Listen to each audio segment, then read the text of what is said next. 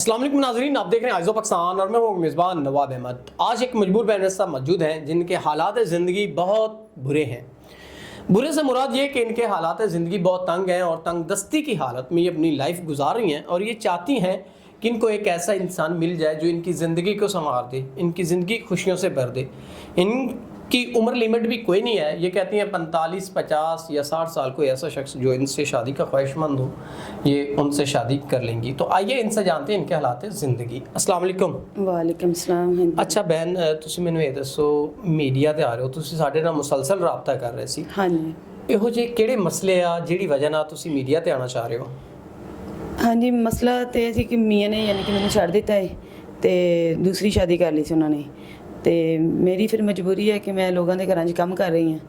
ਤੇ ਹੁਣ मैं ये चाहनी है कि कोई अच्छा हमसफ़र मिल जाए तो मैं अपनी ज़िंदगी इज़्ज़त और आराम नाल गुजारना चाहनी है। नाज़रीन, ये चाहती हैं कि कोई ऐसा इंसान जो इनको इज़्ज़त एहतराम दे सके, तो ये उनसे शादी करके इज़्ज़त की ज़िंदगी गुजारना चाहती हैं क्योंकि इनके शौहर ने इनको छोड़ दिया था किसी और औरत की खातिर।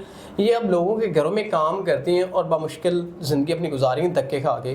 तो उम्र की लिमिट कोई नहीं है, 40, 50, 60 साल का अगर कोई शख्स तुहाडे नाल शादी का इजहार करता वा तो उम्र की तो कोई लिमिट नहीं है। नहीं नहीं, कोई मसला नहीं, कोई इज़्ज़त देगा तो कोई मसला नहीं।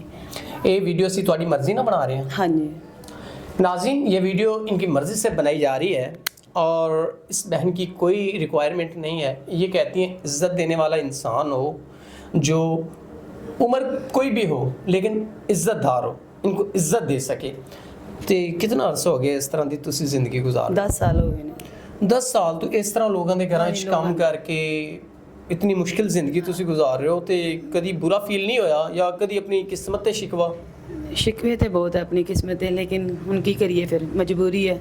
लोगों दी तरह तरह गल्लां सुनिया पैंदियां बाहर, इस वजह तो ये सब कुछ कर रहे हैं। दिन ये मजबूर होकर मीडिया पे आई हैं और मजबूरी की वजह से ये परेशान हैं और ये चाहती हैं कोई ऐसा नेक इंसान जो इनकी ज़रूरियात का ख्याल रखे, इनसे निकाह करे और इनको इज़्ज़त व एहतराम दे जो हमारे माशरे में हमें देना चाहिए।